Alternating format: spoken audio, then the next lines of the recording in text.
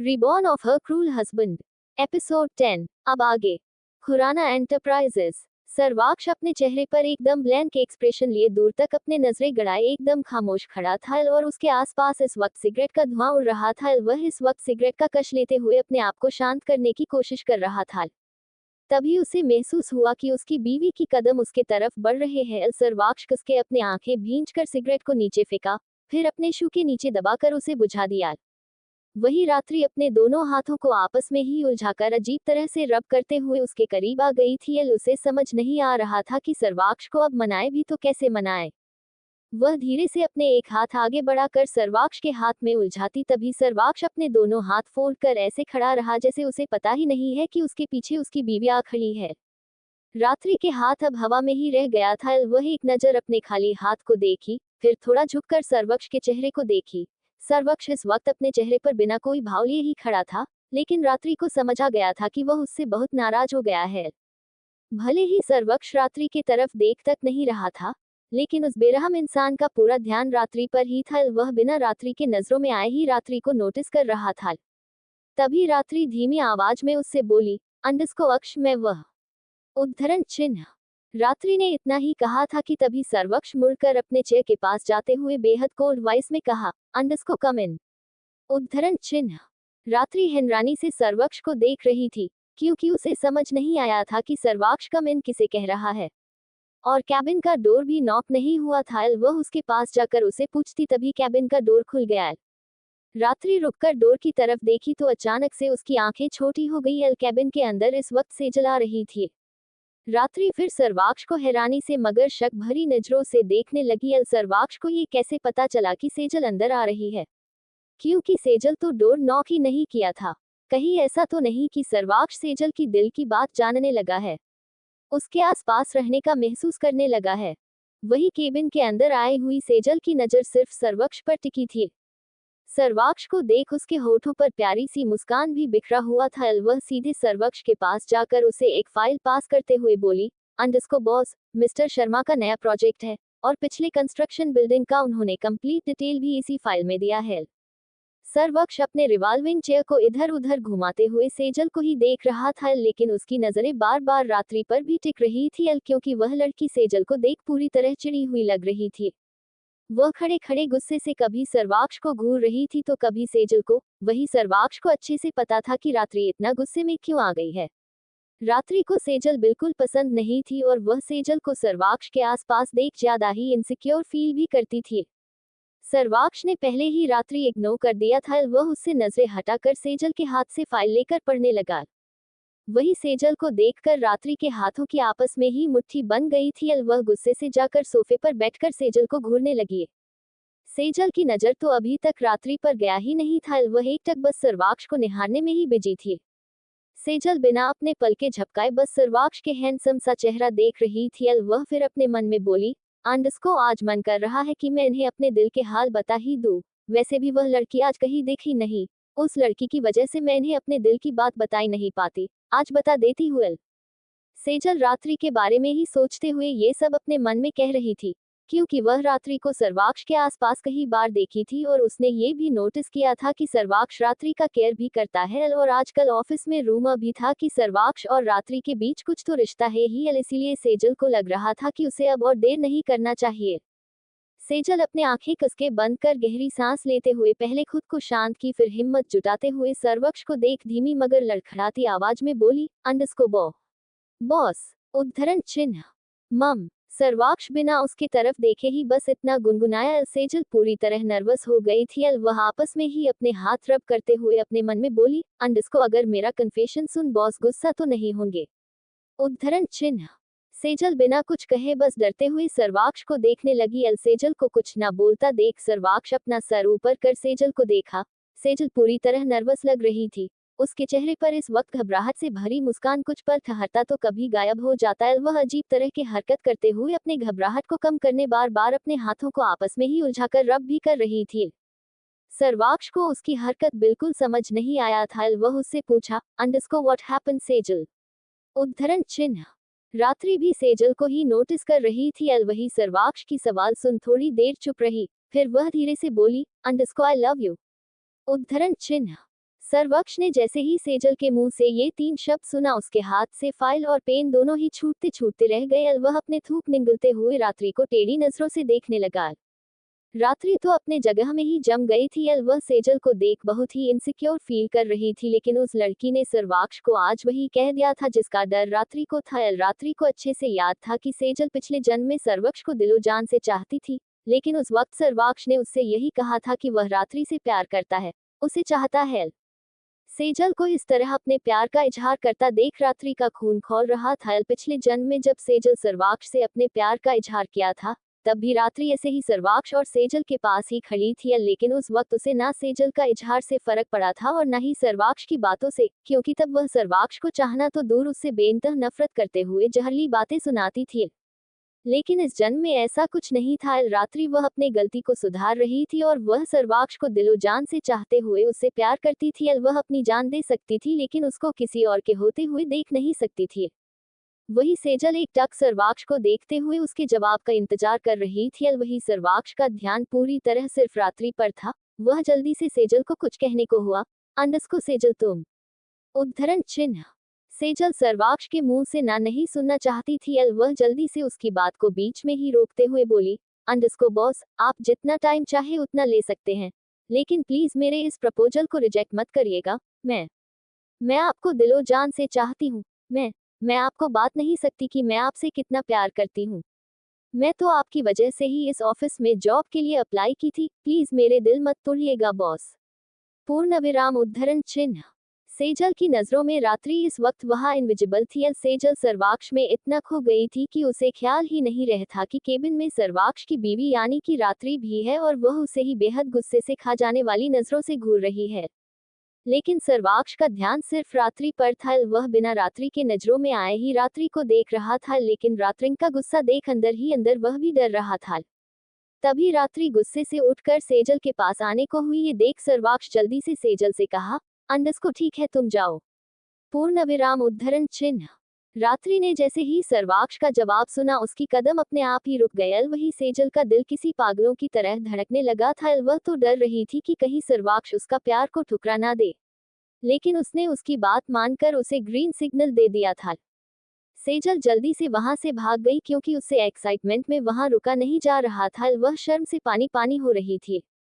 वहीं रात्रि हैरानी से सर्वक्ष को देख रही थी। सर्वक्ष ने उस सेजल से अभी अभी कहा क्या था। गुस्से से रात्रि के दांत बीच गए। वह सर्वाक्ष के पास जाते हुए पूछी, अंडस्को आपने अभी अभी उस लड़की से क्या जवाब दिया। ठीक है, यह जवाब दिया आपने उसे। उद्धरण चिन्ह। सर्वाक्ष अपने नजरें इधर उधर दौड़ाते हुए अपना आईब्रो कुजाने लगा। रात्रि का गुस्सा देख सर्वक्ष ने हड़बड़ी में सेजल को जवाब क्या दिया, उसे पता ही नहीं चला था। वहीं रात्रि गुस्से से अभी भी सर्वक्ष को खा जाने वाली नजरों से घूर रही थी। सर्वाक्ष की हिम्मत कैसे हुई उस लड़की को हाँ कहने की।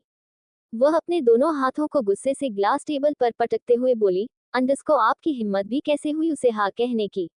आप मेरे पति होकर, मेरे पेट में पल रहे बच्चे के बाप होकर किसी और की प्रपोजल को एक्सेप्ट कर लिया। उद्धरण चिन्ह। क्या। तभी रात्रि और सर्वक्ष को ध्रुव और रवीश दोनों की ही हैरान भरी आवाज सुनाई दिया। सर्वाक्ष के आंखें कसके भींच गए तो वही रात्रि मुड़कर डोर की तरफ देख रही थी, जहां ध्रुव और रवीश दोनों ही शोक में खड़े थे। वह दोनों हैरानी से कभी सर्वेक्ष को देख रहे थे तो कभी रात्रि को। उन्हें यकीन नहीं हो रहा था कि वह अभी अभी रात्रि के मुंह से क्या सुन लिया है। वही सर्वाक्ष लाचारी में अपना माथा रब कर रहा था। उसे ऐसे लग रहा था कि उसने सेजल को जवाब देकर बहुत बड़ी गलती कर दिया है। उसने बेवजह अपने ऊपर मुसीबत मोल लिया था। तभी रविश अंदर आते हुए रात्रि से पूछा, अंडस्को भाभी, आप ये क्या कह रही है। उद्धरण चिन्ह। रात्रि का चेहरा रोनी जैसा हो गया। वह रोते हुए उन दोनों के पास जाकर थोड़ी देर पहले सेजल और सर्वक्ष के बीच जो कुछ भी बातें हुई थी, वह सब उन दोनों को बता दिया। रात्रि की बातों पर ध्रुव और रवीश को अभी भी विश्वास नहीं हो रहा था, क्योंकि वह अच्छे से जानते थे कि सर्वाक्ष रात्रि से कितना प्यार करता है। लेकिन उन दोनों ने अभी अभी केबिन से बाहर निकलती सेजल को भी देख लिया था। वह ब्लश करते हुए भागते हुए आकर उन दोनों से ही टकरा गई थी। जब वह उसे कुछ कहने को हुए कि तभी वह शर्माते हुए भाग गई थी। रवीश और ध्रुव दोनों ही हैरानी से एक दूसरे को देख फिर सर्वाक्ष को देखने लगे। रात्रि गुस्से से सर्वाक्ष को घूर रही थी, जो अभी भी उसे सफाई में कुछ नहीं कह रहा था। रात्रि बोली, अंडरस्कोर रवीश भाई, ध्रुव भाई, इन्होंने आज उस सेजल के प्यार को एक्सेप्ट कर मुझे और मेरे बच्चे को धोखा दे दिया। सर्वाक्ष की दांत भींच गए। वह रात्रि को धोखा क्यों देता? वह तो उससे ही प्यार करता है और यह बात ये लड़की जानते हुए भी उसका खून पी रही थी। सर्वाक्ष रात्रि से कुछ कहने को हुआ कि तभी ध्रुव उसके पास आकर पूछा, अक्ष, भाभी जो कुछ भी कह रही है वह सच है? उद्धरण चिन्ह। सर्वाक्ष अपने जगह से उठते हुए कहा, नहीं ध्रुव, वो। उद्धरण चिन्ह। नहीं, क्या नहीं सर्वाक्ष, आपने अभी अभी मेरे सामने ही उस लड़की से हाँ कहा था। सर्वाक्ष की बात को बीच में ही काटते हुए रात्रि ने गुस्से से चिल्लाया। तो सर्वाक्ष ने हड़बड़ाते हुए कहा, हाँ कहा था लेकिन एल। गुस्से से रात्रि के हाथों की मुट्ठी भींच गए थे। वह ध्रुव से बोली, देखा भाई, ये कितने धोखेबाज और झूठे हो गए हैं। सर्वाक्ष चिढ़ते हुए अपनी आंखें बंद कर एक गहरी सांस लेने को हुआ कि तभी उसके कान में एक उम्रदराज आदमी की गुस्सेल और कर्कश आवाज सुनाई दिया, शादीशुदा होकर इस तरह की हरकत करने तुम्हें जरा भी शर्म नहीं आए अक्ष? उद्धरण चिन्ह। सर्वाक्ष छत से अपनी आंखें खोलकर सामने देखा। सामने भावेश रुक्मणी के साथ खड़ा था। वह दोनों इस वक्त सर्वाक्ष बेहद गुस्से से ऐसे घूर रहे थे जैसे उसने बहुत बड़ा गुनाह किया हो। वही भावेश और रुक्मणी को देख रात्रि को रोना आ गया था। वह रोते हुए जाकर उन दोनों के गले लग गई। वही सर्वाक्ष की हाथों की मुट्ठी भींच गई थी। ये लड़की थोड़ी देर पहले उसे गलत समझकर बच्चे के लिए इतना लड़ गई थी और अब फिर से गलत समझ गई। रात्रि इस वक्त भावेश और रुक्मणी के गले लगकर बिना रुके बस रो ही जा रही थी। उसका रोना हर पल तेज होते जा रहा था। वही भावेश और रुक्मणी दोनों ही बुरी तरह सामने खड़े सर्वाक्ष को घूर कर देख रहे थे। वह दोनों रात्रि की प्रेगनेंसी की खबर सुनकर भागते भागते सीधे ऑफिस ही आ गए थे। लेकिन ऑफिस में आते ही रात्रि के मुंह से अक्ष के कारनामे सुन उनका खून खौलने लगा था। उनका पोता अपनी प्रेग्नेंट बीवी का ये किस तरह का ख्याल रख रहा है। उन्हें सर्वाक्ष पर बहुत गुस्सा आ रहा था। वहीं रात्रि को रोता देख सर्वाक्ष की हाथों की मुट्ठी भींच गई थी। ये लड़की कभी उसे रुलाती तो कभी खुद रोने लगती। सर्वाक्ष को उसका रोना देखा नहीं जा रहा था। वह उसके करीब जाने को हुआ कि तभी रविश और ध्रुव दोनों ही एक साथ सर्वाक्ष के सामने आकर उसे गुस्से से घूरने लगे। वही सर्वाक्ष का एक आईब्रो रेंज हुआ। वह उन्हें कुछ कहता तभी रवीश ने कहा, तुम्हें जरूरत क्या थी अक्ष, उस चुई मुई लड़की को हाँ कहने की? उद्धरण चिन्ह। रवीश का सवाल सुन सर्वाक्ष रात्रि को देखा। रात्रि रुक्मणी के सीने में सर रख कर रोए जा रही थी लेकिन वह सर्वाक्ष को देखते हुए ही रो रही थी। सर्वाक्ष बोला, बीवी तुम? उद्धरण चिन्ह। सर्वाक्ष ने इतना ही कहा था कि तभी ध्रुव ने उसकी बात को काटते हुए गुस्से से कहा, अक्ष, हमें नहीं लगा था कि तुम इस तरह के गलत कदम उठाओगे। आज तक हम दोनों ने हर वक्त तुम्हारे हर काम में साथ दिया है लेकिन इस मामले में हम सिर्फ भाभी की साइड में है। सर्वाक्ष को खड़े खड़े ये लोग सिर्फ अपने अपने बातें सुना रहे थे लेकिन उसे कुछ बोलने का मौका नहीं दे रहे थे। वही सर्वाक्ष का जबड़ा कस गया था। वह गुस्से से उन सब पर चिल्लाने को हुआ कि तभी वह पांचों, भावेश, रुक्मणी, रात्रि, रवीश और ध्रुव कैबिन से बाहर ऐसे चले गए जैसे सर्वाक्ष अब उनके लिए एक्सिस्ट ही नहीं करता हो, उसकी बातें मायने ही ना रखता हो। सर्वाक्ष गुस्से से अपने बालों को पीछे धकेलते हुए चिल्लाया, इनमें से किसी को भी मेरा सुनना ही नहीं है। ठीक है, मैं भी सफाई में किसी को कुछ नहीं कहूंगा। बोलते हुए सर्वाक्ष ने गुस्से से वही रखे चेयर को लात मारा फिर जाकर सोफे पर बैठ गया। उसकी बीवी ने आज उसे कम तंग नहीं किया था। वह बाप बनने का खुशी उसके साथ मनाना चाह रहा था लेकिन रात्रि उस पर झूठी इल्जाम लगाकर उसके मूड का मां बहन एक कर दिया था। वह मामला निपटते ही सर्वाक्ष थोड़ी देर शांत होता तभी वहां सेजल आ टपकी। फिर उसकी महाराबानी से इतना सारा ड्रामा हो गया। सर्वाक्ष का आज सच में पूरा दिन ही खराब निकला था। सर्वाक्ष अपना सर सोफे पर टिकाकर अपने आंखें बंद करा फिर खुद को शांत करने लगा लेकिन ये कहाँ मुमकिन था। सुकून तो उसे सिर्फ अपनी नकचद बीवी की बाहों में ही मिलने वाला था। सर्वाक्ष को पता था वह अभी भी रो रही होगी, तो ऐसे में उसे शांति कहाँ से मिलने वाली थी। वह उठकर घर के लिए निकल पड़ा।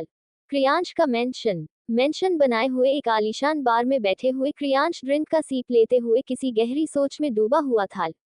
क्रियांश इस वक्त रात्रि के बारे में ही सोच रहा था। उसका रशिया से इंडिया आए हुए अब तक 1 मंथ बीत चुका था लेकिन रात्रि तक पहुंचने का उसका हर एक मुमकिन कोशिश नाकामयाब रहा था क्योंकि सर्वाक्ष ने हर तरफ रात्रि को प्रोटेक्ट कर रखा था। रात्रि के पास वही पहुंचता था जिसका तय सिर्फ रात्रि की गैंगस्टर पति करता था। क्रियांश जादव, रशियन का माफिया किंग और बिजनेस वर्ल्ड में अपना ही पहचान बनाए हुए यह आदमी ज्यादा ही पावरफुल था।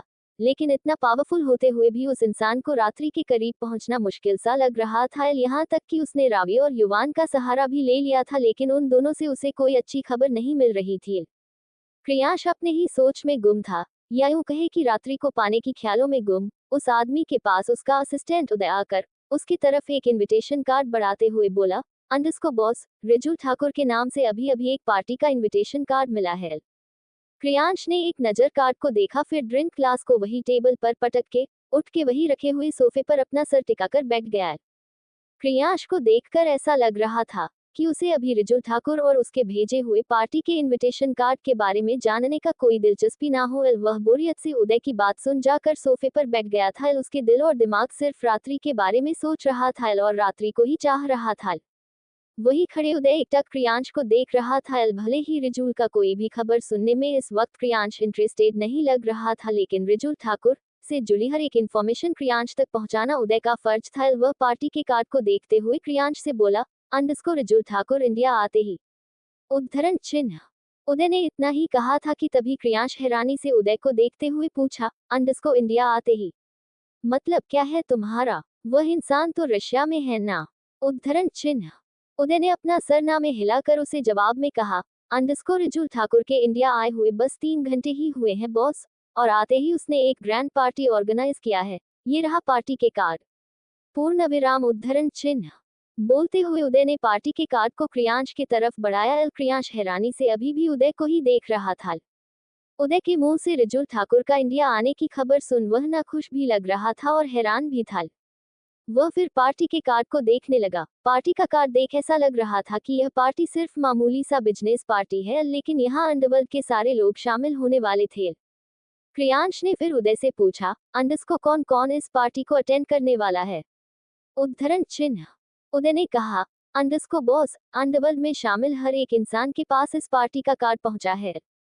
क्रियांश तभी कुछ सोचते हुए बोला, अंडस्को मतलब सर्वक्ष खुराना के पास भी यह कार्ड पहुंचा होगा। पता करो, सर्वाक्ष खुराना इस पार्टी को अटेंड करने वाला भी है या नहीं? उद्धरण चिन्ह। जी बॉस। बोलते हुए उदय वहां से चला गया। वही क्रियांश अब रिजू ठाकुर के बारे में सोचने लगा। रिजू ठाकुर कोई मामूली सा गुंडा नहीं था, वह हमेशा उसका टक्कर देने वाला था। क्रियांश का इंडिया आने का एक वजह रिजू ठाकुर से भी जुड़ा था। खुराना मेंशन। रवीश और ध्रुव अपने चेहरे पर उदास एक्सप्रेशन लिए बस एकटक रात्रि को देख रहे थे। वहीं रात्रि अपने मुंह में भरा हुआ खाना बेमन से चबाते हुए नम आंखों से बस रुक्मणी को देख रही थी, लेकिन उसकी नजर बार बार मेन डोर की तरफ भी जा रही थी, क्योंकि सर्वक्ष अभी तक घर नहीं आया था और सर्वाक्ष को घर न आया देख रात्रि को ऐसा लग रहा था कि उसका पति जरूर उस सेजल से मिलने गया है। वही रुक्मणी रात्रि के आंसू पोंछते हुए उसे बस जबरदस्ती खाना खिला रही थी। रात्रि प्रेग्नेंट थी, तो ऐसे में उसका भूखा पेट रहना ना उसके लिए ठीक था और ना ही उसके पेट में पल रहे बच्चे के लिए। रात्रि बोली, अंडस्को देखा दादू दादी, वह अभी तक घर नहीं आयल। भावेश रात्रि के बगल में ही बैठे थे। वह रात्रि के बात सुन उसके सर पर हाथ फेरते हुए कहा, अंडस्को वहां आ जाएगा बच्चा, तुम अभी रोना बंद करो। रात्रि की आंखों से आंसू बहते ही जा रहे थे। उसकी आंखों से गिर रही इतने सारे मोटे मोटे आंसू देख वही खड़े रवीश और ध्रुव को ऐसा लग रहा था कि कहीं रात्रि की आंखों में म्युनिसिपालिटी वालों ने नल तो नहीं फिट कर दिया। रात्रि एक दिन में जितने आंसू बहा रही थी उतना वह दोनों मिलकर पूरी जिंदगी में नहीं बहा सकते थे। वही भावेश की बात सुन रात्रि रुंधली सी आवाज में बोली, अंडस्को दादू, मुझे लगता है अक्षय इस वक्त जरूर उस सेजल पेजल से मिलने गए हैं। तभी रुक्मणी गुस्से से बोली, अंडस्को बीवी बच्चे को छोड़कर वह ऐसे कैसे जा सकता है? भावेश, आप पता करो कि वह नालायक इस वक्त कहाँ है, और वह अभी तक घर क्यों नहीं आया है? उद्धरण चिन्ह। भावेश अपना सर हिलाकर अपने जेब से फोन निकालकर अक्ष के बॉडीगार्ड के हेड का नंबर डायल करने को हुआ कि तभी उसके बगल में रवीश आकर बैठते हुए बेहद धीमी आवाज में कहा, अंडस्को आ गया है। भावेश रुक कर रवीश को देख अपने कड़क आवाज में बोला, अंडस्को क्या बोल रहे हो तुम? तुम्हें दिख नहीं रहा है रात्रि बच्चा उस नालायक के लिए कितना रो रही है? मुझे कॉल करने दो। भावेश गुस्से से रवीश से ऐसे बात कर गए जैसे उन्हें रवीश की बात सुनाई ही नहीं दिया हो। उन्हें सच में रवीश की बात सुनाई नहीं दिया था और ऊपर से जानने की कोशिश भी नहीं की थी उसने कहा क्या। रवीश का मुंह बन गया था। वह अपने माता पीटते हुए भड़ाभड़ाते हुए बोला, अंडस्को यह आदमी तो बहरा है, मुझे ये याद कैसे नहीं रहा? उद्धरण चिन्ह। रवीश ने इतना ही कहा था कि तभी भावेश गुस्से में उसका कॉलर पकड़ अपने कड़क आवाज में मगर लोकल लैंग्वेज में कहा, अंडस्को तुमने अभी अभी क्या कहा बे? बहरा? कौन बहरा? उद्धरण चिन्ह। रवीश की दांत भींच गए। वह गुस्से से उनका काला छुड़वा कर पूछा, अंडस्को ये तो बड़ा जल्दी सुन गया आपको। उद्धरण चिन्ह। भावेश और रवीश एक दूसरे को बुरी तरह घूरने लगे। वही रात्रि और रुक्मणी एकटक उन दोनों को ही देखने लगे थे। तभी वहां ध्रुव हल्के हल्के खांसते हुए सबका ध्यान अपने तरफ खींचते हुए इशारों में उन्हें डोर की तरफ देखने का इशारा किया। सर्वाक्ष वही खड़ा था और उसकी नजर सिर्फ रात्रि पर था। रात्रि रो तो रही थी लेकिन रुक्मणी को उसे खाना खिलाता देख सर्वाक्ष को अंदर ही अंदर चैन मिल रहा था कि यह लड़की कम से कम ठीक से खाना तो खा रही है। सर्वाक्ष किसी को बिना कुछ कहे सीधे अपने रूम की तरफ चला गया। रात्रि की आंखों से आंसू लुढ़क कर बहते ही जा रहे थे। तभी रुक्मणी धीमी आवाज में बोली, अंडस को देखा, आ गया ना? अब रोना बंद करो बच्चा। बोलते हुए रुक्मणी ने उसे पानी पिलाया। थोड़ी देर बाद रात्रि रूम में गई। सर्वाक्ष इस वक्त अपने लैपटॉप में काम करते हुए सोफे पर बैठा था। रात्रि को रूम में आता देख उसने उसे एक नजर देखा फिर अपने काम में बिजी हो गया। वही रात्रि की नजर सर्वाक्ष पर ही टिकी थी। वह थोड़ी देर बिना कुछ कहे उसे देखते हुए अपने जगह में ही खड़ी रही। वही सर्वाक्ष चुपचाप अपने काम करते बैठा था। उसे रात्रि की नजरें अपने चेहरे पर महसूस तो हो रहे थे लेकिन वह ना अपना सर ऊपर कर उसके तरफ देखा और ना ही उसे कुछ कहा। वही रात्रि सीधे क्लोजेट रूम में चली गई। उसके जाते ही सर्वाक्ष अपने आंखें कसके बंद कर एक गहरी सांस लेते हुए अपना सर सोफे पर टिका लिया। तभी उसे कुछ फटकने की आवाज सुनाई दिया तो वह झट से अपने आंखें खोलकर सामने देखा। सामान्य रात्रि इस वक्त एक बड़ा सा खाली लगेज बैग लाकर बेड पर फटक के क्लोजेट रूम में जा रही थी। ये सर्वाक्ष की आंखें छोटी हो गई। वह उठते हुए अपने मन में बोला, अंडस्को ये लड़की कर क्या रही है? उद्धरण चिन्ह। सर्वाक्ष एक नजर लगेज बैग देखा फिर क्लोजेट रूम में जाने को हुआ कि तभी रात्रि अपने ढेर सारे कपड़े लेकर आ रही थी। ये देख सर्वाक्ष की आंखें छोटी हो गई। वह उससे सख्ती से पूछा, अंडस्को ये तुम कर क्या रही हो बीवी? उद्धरण चिन्ह। रात्रि अपने सारे कपड़े लगेज बैग में भरते हुए गुस्से से बोली, अंडस्को आपको दिख नहीं रहा है सर्वाक्ष? उद्धरण चिन्ह। सर्वाक्ष को उस पर बहुत गुस्सा आ रहा था लेकिन वह अपने गुस्से को दबाते हुए रात्रि से धीरे से कहा, अंडस्को तुम कहीं नहीं जा रही बीवी? उद्धरण चिन्ह। रात्रि ने उसे कुछ नहीं कहा। वह उसे पूरी तरह इग्नोर कर क्लोजेट रूम में अपने और कपड़े लाने चली गई। सर्वाक्ष की दांत भींच गए थे। वह गुस्से से बैग को नीचे फेंक कर क्लोजेट रूम में गया। रात्रि एक एक कर वार्डरोब में रखे हुए सारे कपड़े निकाल रही थी। तभी सर्वाक्ष गुस्से से उसके बाजू पकड़कर अपने करीब खींचा फिर गुस्से से वार्डरोब की डोर क्लोज किया। रात्रि गुस्से से सर्वाक्ष के हाथ से अपना बाजू छुड़वाने की कोशिश कर रही थी। तभी सर्वाक्ष उसे दीवार को सटाकर उसके इर्द गिर्द हाथ रखकर उसे गुस्से से घूरने लगा। रात्रि भी उसे बेहद गुस्से से देख रही थी। सर्वाक्ष बोला, अंडस्को क्या कर रही थी तुम? उद्धरण चिन्ह। रात्रि अपने बात चबाते हुए बोली, अंडस्को मैं दादू दादी के साथ उनके घर जा रही हूँ। अगर उन्होंने मुझे अपने साथ रखने से मना किया तो मैं सीधे हॉस्टल चली जाऊंगी लेकिन अब आपके साथ नहीं रहूंगी। अयल। रात्रि ने अपनी बात पूरा ही किया था कि सर्वाक्ष ने गुस्से से अपने हाथ को गुस्से से दीवार को दे मारा। रात्रि ने डर से अपनी आंखें भींच ली थी। वही सर्वाक्ष गुस्से से रात्रि को ही देख रहा था। वह चिल्लाते हुए कहा, अंडस्को ठीक है, जहां जाना है जाओ। पूर्ण विराम उद्धरण चिन्ह। रात्रि अपने आंखें खोलकर सर्वाक्ष को देखने लगी जो गुस्से से तेज तेज सांस लेते हुए उसे घूर रहा था। रात्रि ने हकलाते हुए पूछा, अंडस्को क्या कहा आपने? उद्धरण चिन्ह। रात्रि की आंखों से आंसू बहने लगे थे। तभी सर्वाक्ष ने गुस्से से कहा, अंडस्को तुम्हें कम सुनाई देता है? रात्रि की गुस्से से दांत भींच गए। वह गुस्से से उसका काला पकड़ कर चिल्लाते हुए बोली, अंडस्को आपकी हिम्मत भी कैसे हुई मुझे यहाँ से जाने को कहने की? सर्वाक्ष। उद्धरण चिन्ह। सर्वाक्ष उसे हैरानी से देखने लगा। वही रात्रि उसे बेहद गुस्से से घूर रही थी। वह चिल्लाते हुए बोली, अंडस्को ये घर मेरा है, ये कमरा मेरा है, यहाँ तक कि आप ही मेरे ही है तो आपकी हिम्मत कैसे हुई मुझे ऐसे जाने को कहने की? उद्धरण चिन्ह। सर्वाक्ष अपने आंखें बंद कर उसके गले से लगाने को हुआ कि तभी रात्रि ने गुस्से से उसे खुद से दूर धकेल दिया। सर्वाक्ष का रूम, ये घर मेरा है, ये कमरा मेरा है, यहाँ तक कि आप भी मेरे ही है तो आपकी हिम्मत कैसे हुई अक्ष मुझे ऐसे घर से बाहर जाने कहने की? उद्धरण चिन्ह। रात्रि की यह बात सुन सर्वाक्ष अपने आंखें कसके बंद करा फिर रात्रि के दोनों हाथों को अपने मुट्ठी में भरा जो इस वक्त अपने ही शर्ट में कसके बंद हो गए थे। रात्रि बेहद गुस्से से सर्वाक्ष को देख रही थी। तभी सर्वाक्ष उसे अपने गले से लगाने को हुआ, लेकिन रात्रि का गुस्सा अभी तक कम कहाँ हुआ था। वह गुस्से से ही उसे खुद से दूर धकेल कर अपने सारे कपड़े लेकर रूम से बाहर चली गई। ये देख अब सर्वाक्ष के दांत बीच गए। उसकी बीवी आखिर इतनी जिद्दी कब बन गई। जब वह पहली बार रात्रि को देखा था तब तो वह बेहद मासूम थी, लेकिन उसके साथ रहते रहते उसकी बिल्ली अब उस पर ही झपट्टा मारने को हुआ था। वह मासूम से अब जंगली बन गई थी, या यूं कहे कि सर्वाक्ष का लाड़ प्यार ही उसे अब पूरी तरह जिद्दी बना डाला था। सर्वाक्ष मुड़कर रात्रि के पीछे जाने को हुआ कि तभी उसका फोन बज उठा। वह एक सेकंड रुककर अपना फोन चेक करा। कॉल इस वक्त उसके असिस्टेंट का था। ये देख सर्वाक्ष उसके कॉल को इग्नोर कर रात्रि के पीछे ही जाने को सोचा, लेकिन उसके कदम आगे ही नहीं बढ़े। उसका मन कह रहा था कि उसे अपने असिस्टेंट का कॉल उठा लेना चाहिए, क्योंकि सर्वाक्ष को अच्छे से पता था कि उसके असिस्टेंट का कॉल उसे तभी आता है जब ज्यादा जरूरी काम हो। बाकी टाइम तो वह राघव से ही डिस्कस कर लेता था। वार्डरोब में रखे हुए अपने सारे कपड़े लिए बाहर रूम में आई रात्रि की नजर बार बार क्लोजेट रूम की तरफ जा रहा था।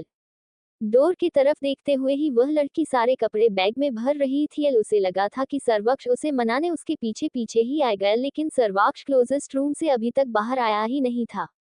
वही रात्रि को इस वक्त सर्वाक्ष पर बहुत गुस्सा आ रहा था, लेकिन उतना ही उसे रोना भी आ रहा था। उस सेजल की वजह से आज उसका दिमाग ही पूरी तरह खराब हो चुका था, और गुस्से में आकर वह क्या क्या कर रही है, सर्वाक्ष को कितना तंग कर रही है, उसे समझ भी नहीं आ रहा था।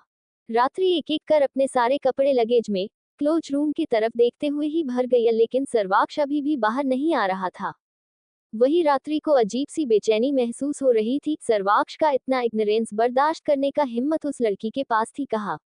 वह और कपड़े लाने के बहाने वापस क्लोजेट रूम में चली गई।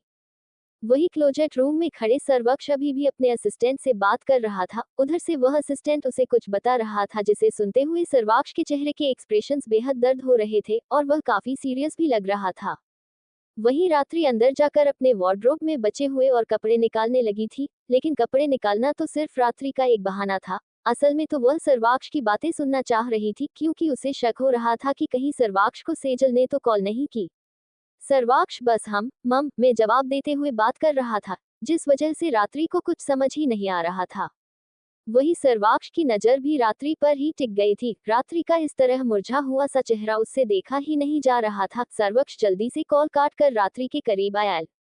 रात्रि इस वक्त अपने कुछ जरूरी सामान ले रही थी। तभी सर्वाक्ष रात्रि के बाजू पकड़कर उसे अपनी तरफ घुमाता कि तभी एक बार फिर से उसका फोन बजने लगा। सर्वाक्ष का इस तरह बाजू पकड़ने से रात्रि उससे नाराजगी से अपना बाजू छुड़वाने को हुई थी, लेकिन तभी उसकी नजर सर्वाक्ष के फोन के स्क्रीन पर गई। बदकिस्मती से इस वक्त सर्वाक्ष को सेजल के नंबर से ही कॉल आ रहा था। सर्वेक्ष की भी नजर इस वक्त फोन की स्क्रीन पर ही टिक गई थी। वह फिर रात्रि को देख बोला, अंडरस्को बीवी, मैंने इसे उद्धरण चिन्ह। सर्वाक्ष अपनी बात पूरा भी करता उससे पहले ही रात्रि उसे ताना मारते हुए बोली, अंडरस्को कॉल पिक कर लीजिए सर्वाक्ष, आपके मम हम जवाब बेचारी सेजल को कहाँ समझ आता होगा। आराम से बैठकर प्यार से सेजल को समझाते हुए बात करिए, मेरा क्या, मैं तो जा ही रही हूँ। रात्रि एक एक बात को भी चबाते में बोल रही थी। वह फिर गुस्से से बाहर जाने को हुई कि तभी सर्वाक्ष उसके बाजू को कसके पकड़कर उसे अपने आप से चिपकाया। फिर गुस्से से कॉल पिक कर बेहद सर्द आवाज में सेजल से कहा, अंडरस्को have you lost your mind miss Sejal Sharma, यह कोई वक्त है तुम्हारा इस तरह ऑफिस आवर के बाद अपने बॉस को कॉल करने का? और वैसे भी तुम एक मामूली सी एम्प्लॉय हो, ऐसी क्या जरूरत पड़ गई तुम्हें इस तरह मुझे कॉल करने की। हाँ, उद्धरण चिन्ह। उधर से सेजल का मुंह खुला का खुला रह गया था। वह सर्वाक्ष का गुस्सेल आवाज सुन डर भी गई थी। वह धीमी आवाज में बोली, अंडरस्को आई एम सॉरी सर्वक्ष जी। उद्धरण चिन्ह। सेजल के मुंह से सर्वाक्ष जी वर्ड सुनकर सर्वाक्ष के दांत बीच गए थे। वहीं सर्वाक्ष को चिपक कर खड़ी रात्रि बुरी तरह सर्वाक्ष को घूर रही थी। उधर से सेजल जो कुछ भी कह रही थी वह सब कुछ वह सुन रही थी, क्योंकि सर्वाक्ष ने स्पीकर ऑन किया था। सर्वाक्ष गुस्से से सेजल को जवाब में कहा, अंडरस्को call me boss, I am just your boss. अगर तुम्हारे दिल में मैं बॉस से भी ज्यादा हूँ तो वह तुम्हारी बेवकूफी है, क्योंकि मेरी शादी हो चुकी है, मैं किसी और का हूँ और एक बच्चे का बाप भी बनने वाला हूँ। क्या? उधर से हैरानी से सेजल ने पूछा तो सर्वाक्ष ने गुस्से से चिल्लाया, अंडरस्को क्या तुम्हें कम सुनाई देता है? मैंने कहा मैं शादीशुदा हूँ। अगर दोबारा अपना शक्ल और लव कन्फेशन लिए मेरे पास आई तो तुम्हारा हालत खराब कर दूंगा। Mind it. इतना बोलकर सर्वाक्ष ने कॉल काटा, फिर अपने असिस्टेंट को कॉल कर सख्ती से कहा, अंडस्को मिस सेजल शर्मा को जॉब से फायर कर दो। सर्वाक्ष की बात सुन उधर से उसके असिस्टेंट ने कहा, अंडस्को लेकिन बॉस मिस शर्मा तो कॉन्ट्रैक्टेड अंडर उद्धरण चिन्ह डू व्हाट आई से डैम इट, और कल से वह मुझे ऑफिस में कहीं दिखना भी नहीं चाहिए। You get my point. सर्वाक्ष ने गुस्से से एक एक बात को भी चबाते हुए कहा। जिसे सुन उधर से सर्वाक्ष के असिस्टेंट ने हकलाते हुए कहा, अंडस्को जी। जी बॉस। उद्धरण चिन्ह सर्वाक्ष ने गुस्से से कॉल काटा, फिर रात्रि को खुद से अलग कर सख्त आवाज में कहा, अंडस्को मुझे लगा था तुम मुझसे प्यार करती हो, मुझ पर भरोसा करते हुए मुझे अच्छे से समझती हो, लेकिन तुम ना मुझसे प्यार करती हो और न ही मुझे समझती हो। तुम्हें सिर्फ मुझे हर्ट करना आता है रात्रि, और कुछ नहीं। सर्वाक्ष की यह बातें सुन रात्रि की आंखें एकदम से नम हो गए। वही सर्वाक्ष उसे ही नाराजगी भरी नजरों से देख रहा था। वह फिर बाहर जाने को हुआ कि तभी उसे रात्रि की रूंधली सी आवाज सुनाई दिया, आप भी अक्ष, आप भी सिर्फ मुझे हर्ट करना जानते हैं। आप भी मुझे कहाँ समझते हैं अक्ष। आपको पता है मुझे आपके आसपास किसी भी लड़की बर्दाश्त नहीं है। ये बात जानते हुए भी अपने उस सेजल को हाँ में जवाब दिया। अगर मैं किसी लड़के से ऐसे ही हाँ में जवाब देती, उसकी प्रोपोजल को एक्सेप्ट करती, तो आप बर्दाश्त करते? नहीं ना। आप पहले उस लड़के का जान लेकर फिर मेरे जान के पीछे पड़ते। लेकिन यही सारी चीजें मैं करूं तो मैं आपसे प्यार नहीं करती, आप पर भरोसा नहीं करती, और आपको अच्छे से समझती नहीं, राइट? उद्धरण चिन्ह रात्रि की बातें सुन सर्वाक्ष मुड़कर रात्रि को देखा। रात्रि की बातें उसे हद से ज्यादा गुस्सा दिला रहे थे, लेकिन उतना ही वह बेचैन भी हो गया था। वही रात्रि रोते हुए ऐसे ही खड़ी थी। सर्वाक्ष उसके बेहद करीब जाकर गुस्से से उसके बाजू को कसके पकड़ा, फिर दीवार को सटाकर उसके होंठों को बेरहमी से अपने मुंह में भरकर किस करने लगा।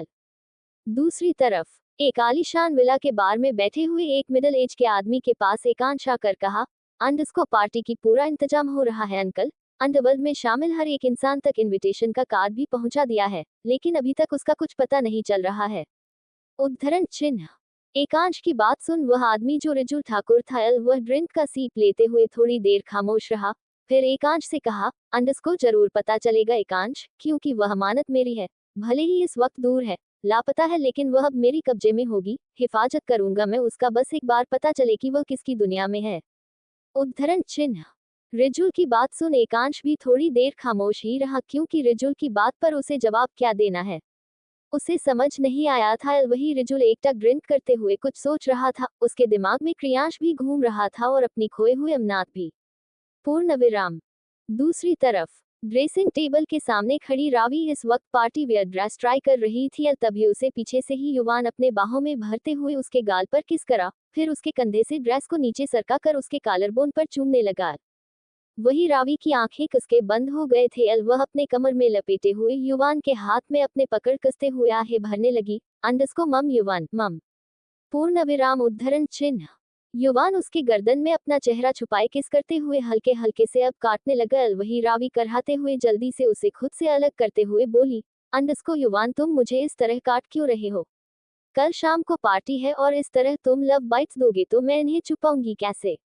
उद्धरण चिन्ह युवान की आईब्रोज आपस में ही जुड़ गए। वह ना समझी में रावी को देखते हुए पूछा, अंडस्को पार्टी? उद्धरण चिन्ह रावी ड्रेसिंग टेबल पर पड़ी रिजुल ठाकुर के नाम से आए हुए इनविटेशन कार्ड को उठाकर युवान को देते हुए बोली, अंडस्को क्रियांश ने कहा है कि हम दोनों को भी इस रिजुल ठाकुर के ऑर्गेनाइज किए हुए पार्टी को अटेंड करना है। युवान ने पार्टी के कार्ड को पढ़ा, फिर कुछ सोचते हुए कहा, अंडस्को मम, इसका मतलब रात्रि भी कल पार्टी को अटेंड करने वाली है।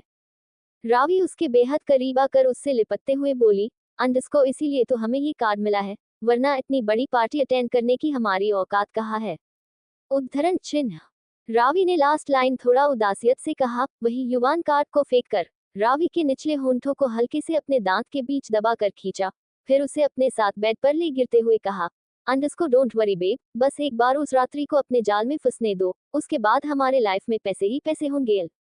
बोलते हुए युवान एक एक कर रावी की सारे कपड़े उतार रहा था। वही युवान की बात सुन रावी की चेहरे पर कुटिल मुस्कान बिखर गया था। वह कब से रात्रि को अपने जाल में फंसाने की कोशिश कर रही थी, लेकिन उस लड़की के साथ अचानक से क्या गड़बड़ हुआ ये रावी को पता नहीं चल रहा था, और रात्रि उससे दूरी बनाकर नफरत सी करने लगी थी। युवान और रावी दोनों के ही दिमाग में बस रात्रि ही घूम रही थी, और वह दोनों रात्रि को हर हाल में बर्बाद कर खुद आबाद होना चाहते थे। खुराना मेंशन सर्वाक्ष रात्रि को दीवार को सटाकर एकटक उसके होंठों पर गुस्से से टूट पड़ा था। वह इस वक्त फ्रस्ट्रेट होकर रात्रि के होंठों को बेरहमी से चबाते हुए कितना दर्द दे रहा था उसे होश ही नहीं था। वही रात्रि की आंखें दर्द से भींच गए थे और आंखों से उसके लगातार आंसू बहते ही रहे थे क्योंकि सर्वाक्ष उसे किस कम सजा ज्यादा दे रहा था। रात्रि चुपचाप रोते हुए उसके दिए दर्द को सहते खड़ी थी। तभी उन दोनों को मीना की आवाज सुनाई दिए। बॉस, मिसी, उद्धरण चिन्ह। सर्वाक्ष रुककर अपने आंखें खोला तो उसकी गुस्सैल नजर रात्रि की दर्द से भींचकर बंद हुई रात्रि की आंखों पर टिक गई। उसके मासूम चेहरे पर इतना दर्द देखकर सर्वाक्ष के होंठ रात्रि के होंठों को रिहा कर दिया। रात्रि धीरे से अपने आंखें खोलकर सर्वाक्ष को एक नजर देखी, फिर अपने आंसू पोंछते हुए अपना सर नीचे झुका ली। वह पूरा दिन उससे लड़ते लड़ते इतना थक गई थी कि अब उसमें उससे लेने की हिम्मत ही नहीं थी और वह इस वक्त यही चाहती थी कि सर्वाक्ष उसे अभी अपने बाहों में भर ले, लेकिन वह कह नहीं रही थी। सर्वाक्ष एकटक उसे ही देख रहा था। वह फिर रात्रि को अपने बाहों में खींचकर उसे गले से लग गया। रात्रि कब से उसकी आगोश में सिमटने के लिए तरस रही थी। वह जल्दी से उसके सीने में अपना चेहरा छुपाए रोते हुए उसे कसके गले लग गई। वही सर्वाक्ष का भी वही हाल था। वह भी तो कब से उसे अपने बाहों में भरने के लिए तरसते जा रहा था, लेकिन उसकी बीवी का गुस्सा शांत होने में आज ज्यादा ही वक्त लग गया था। क्या होगा आगे इस कहानी में, कौन सा मोड़ लेगा कहानी, जानने के लिए पढ़ते रहिए reborn to love my beast husband. Precap. Party hall में खड़े रात्रि की नजरें सर्वाक्ष को ढूंढ रहे थे कि तभी उसके सामने क्रियांश जादव आ खड़ा। क्रियांश को देख रात्रि की हाथों की मुट्ठी भींच गए थे। वही क्रियांश रात्रि के तरफ अपना हाथ बढ़ाते कहा, अंडरस्को can I dance with you miss beautiful. उद्धरण चिन्ह। रात्रि उसे कुछ कहती तभी उन दोनों के बीच रिजुल ठाकुर आ खड़ा।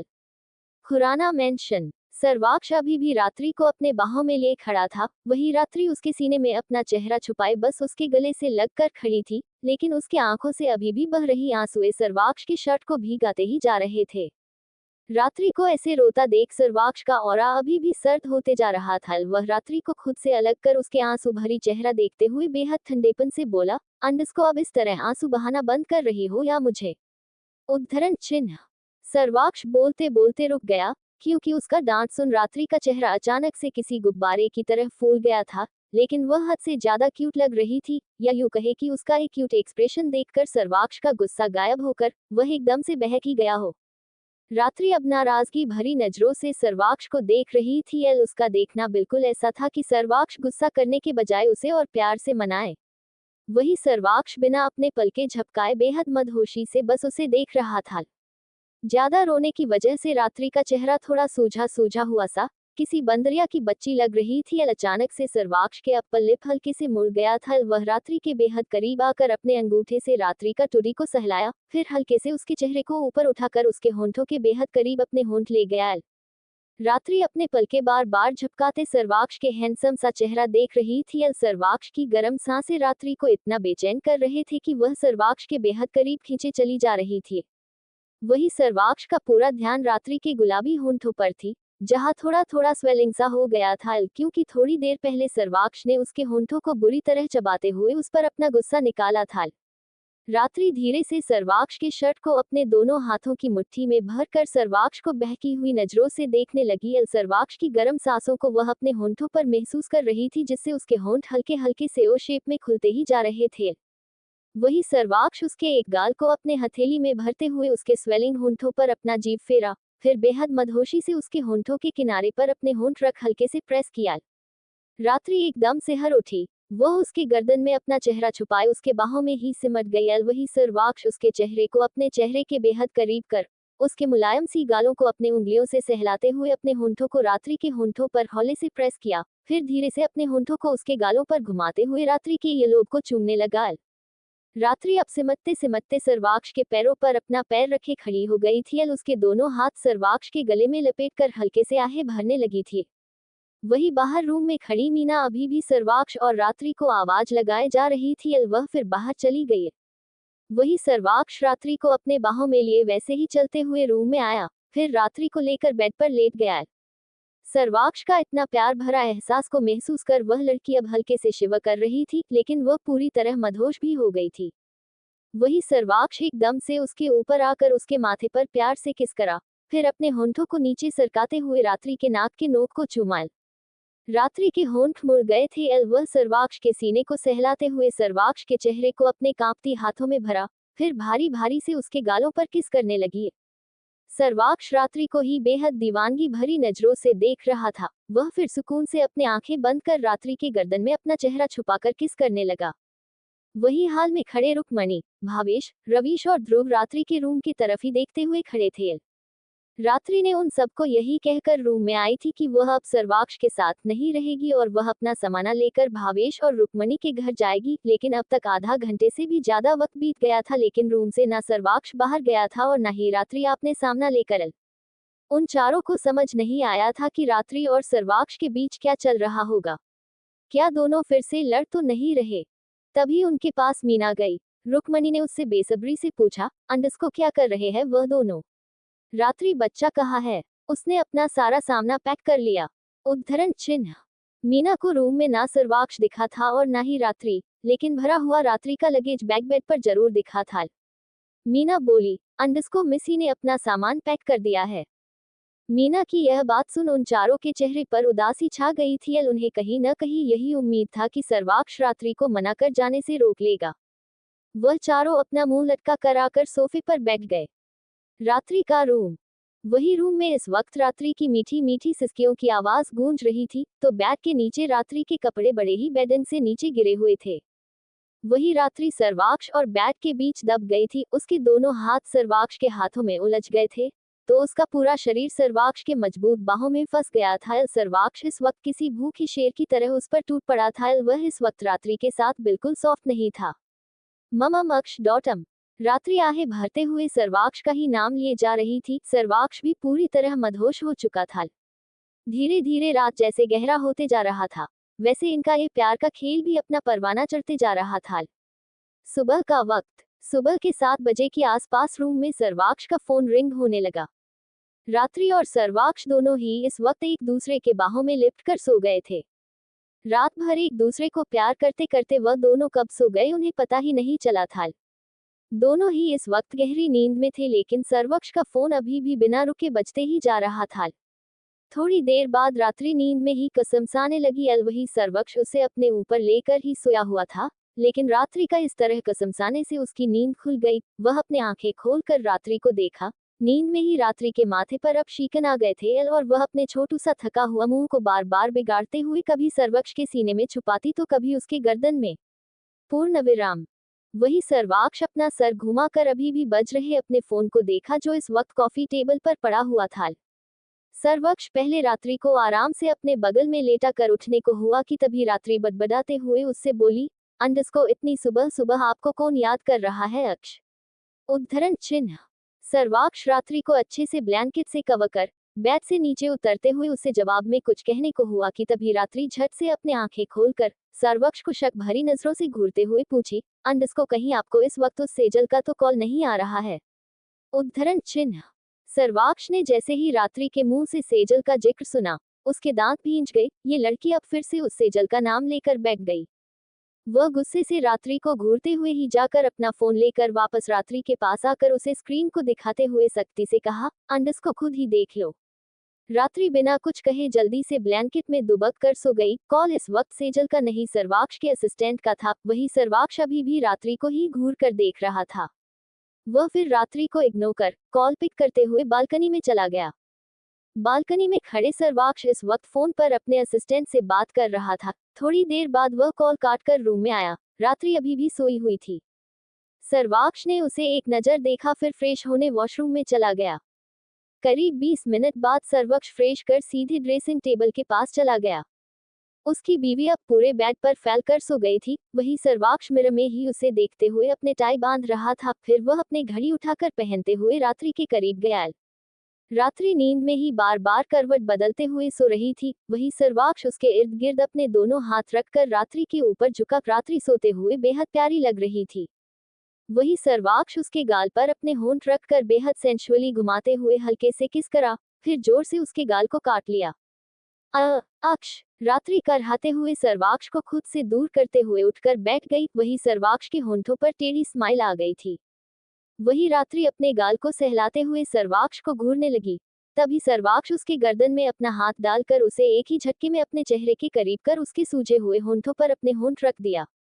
रात्रि अपने आंखें बड़ी बड़ी कर सर्वाक्ष को देखने लगी। वह फिर उसके किस को फील करते हुए अपने आंखें बंद करने को हुई कि तभी सर्वाक्ष ने उसके होंठों को रिहा कर कहा, अंडस्को आज शाम को मुझे एक पार्टी में जाना है बीवी, तुम मेरे साथ आना चाहोगी? उद्धरण चिन्ह। ये सुन रात्रि अपने गाल पर हाथ रख कर सोचते हुए बोली, अंडस्को अगर मैंने ना कहा तो आप किसके साथ जाएंगे अक्ष? उद्धरण चिन्ह। सर्वाक्ष बिना कुछ कहे बिना भाव के रात्रि को थोड़ी देर देखा, फिर उठकर अपना ब्लाउज पहनते हुए उससे कहा, अंडस्को किसी के साथ नहीं बीवी, लेकिन तुम्हारा ना कहने से तुम्हें ही नुकसान होगा। वह कैसे? रात्रि उठकर सर्वाक्ष का ब्लाउजर ठीक करते हुए पूछी, तो सर्वाक्ष उसके कमर पर अपने दोनों हाथ रखकर उसे अपने करीब खींचते हुए कहा, अंडस्को क्योंकि पार्टी में बड़े बड़े डिजाइनर्स को भी इनवाइट किया गया, कुछ पुराने डिजाइनर्स तो कुछ मोस्ट एक्सपीरियंस्ड मिलेंगे। अगर तुम्हारी उनसे मुलाकात हुई तो उनसे बातचीत करने से वह तुम्हें बड़े बड़े डील ऑफर कर सकते हैं और इससे तुम्हारे स्किल्स और इम्प्रूव होगा। वजह से बीवी। उद्धरण चिन्ह। रात्रि नजाकत से सर्वाक्ष के गले में अपने बाहें डालकर पहले उसके सीने पर किसकी फिर उसके होंठों के करीब झुकते हुए बोली, अंडस्को मम एज माय हबी से। पूर्ण विराम उद्धरण चिन्ह।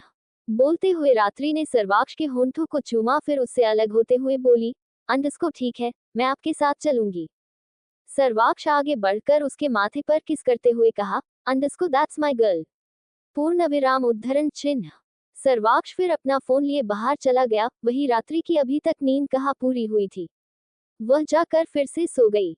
हाल में सोफे पर बैठे हुए भावेश न्यूज़पेपर पढ़ रहे थे, तो वही उसके ही बगल में बैठी रुक्मणी चाय का चुस्की लेते हुए बार बार सर्वाक्ष के रूम की तरफ देख रही थी। रात्रि उन्हें कहकर तो गई थी कि वह अपना सामना लिए उनके साथ उसके घर में आकर रहेगी, लेकिन वह अब तक रूम से बाहर ही नहीं आई थी। ये देख भावेश और रुक्मणी समझ भी आ गया था कि जरूर सर्वाक्ष ने उसे मना लिया है, लेकिन फिर भी वह कंफर्म करना चाहते थे कि उनके बीच सब ठीक हुआ कि नहीं। अखबार पढ़ रहे भावेश की नजर रुक्मणी पर ही टिकी थी। उसे इस तरह बार बार रात्रि के रूम की तरफ देखता देख भावेश बोला, अंडस्को रुकू, जरूर पोता बहू को उस नालायक ने मना लिया होगा। एक बार रात्रि को रूम से बाहर आने दो, रात्रि बच्चा हमें सब खुद ही बता देगी। भावेश की बात सुन रुक्मणी ने बस सर हिलाया। वह फिर उसे कुछ कहने को हुई कि तभी उसकी नजर सीढ़ियों की तरफ गई, जहां से सर्वाक्ष अपना फोन स्क्रॉल करते हुए नीचे आ रहा था। वही सर्वाक्ष सीधे बाहर जा रहा था, लेकिन उसे अपने चेहरे पर किसी की नजर महसूस हुई तो वह अपना सर उठाकर रुक्मणी की तरफ देखा।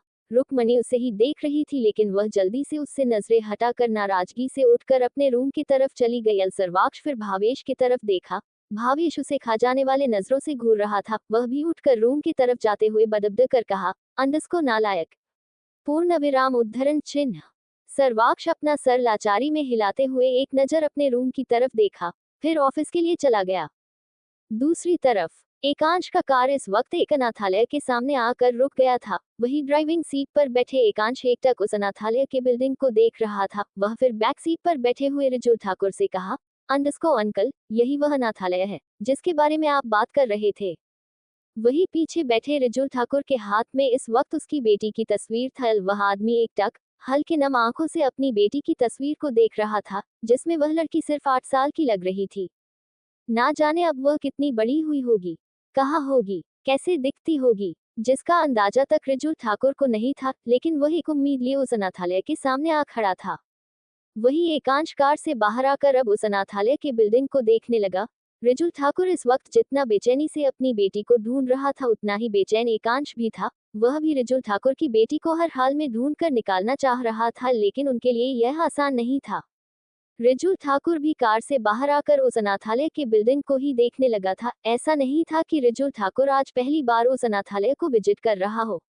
सालों पहले भी वह यहाँ आया था, लेकिन उस वक्त वह बेबस और जख्मी हालत में था, और बदकिस्मती से तब भी उसे अपनी बेटी को देखने का नसीब नहीं हुआ था। शाम का वक्त। ड्रेसिंग टेबल के सामने खड़ी रात्रि इस वक्त अपने ड्रेस की जिप बंद करने की कोशिश कर रही थी, लेकिन उससे हो नहीं रहा था और वह चिढ़ते हुए मिरर में ही सर्वाक्ष को गुस्से से घूर कर देखने लगी।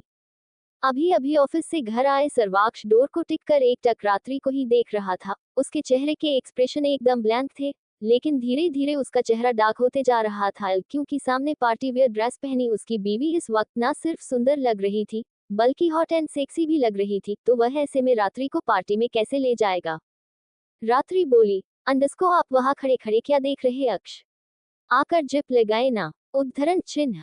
सर्वाक्ष अपना टाई ढीला करते हुए रात्रि के बेहद करीब आकर उसे मिरर के सामने घुमाया, फिर उसका जिप लगाते हुए बेहद सर्द आवाज में कहा, अंडस्को लेट मे वॉर्न यू बीवी, अगर पार्टी में किसी की भी गंदी नजर गलती से भी तुम पर टिक गई, आई एम श्योर वह तो नहीं बचेंगे, लेकिन तुम्हारा भी हाल बेहाल जाएगा। सर्वाक्ष ने ये बेहद धीमी आवाज में मगर ठंडेपन से कहा था। एक पल के लिए तो रात्रि को ऐसा लगा कि उसकी रीढ़ में सिहरन सा दौड़ गया हो। वह सर्वाक्ष की तरफ मुड़कर देखी। सर्वाक्ष का ऑरा अब पूरी तरह काला पड़ गया था। वह फिर हकलाते हुए उससे बोली, अंडस्को इसमें क्या बुराई है अक्ष? उद्धरण चिन्ह।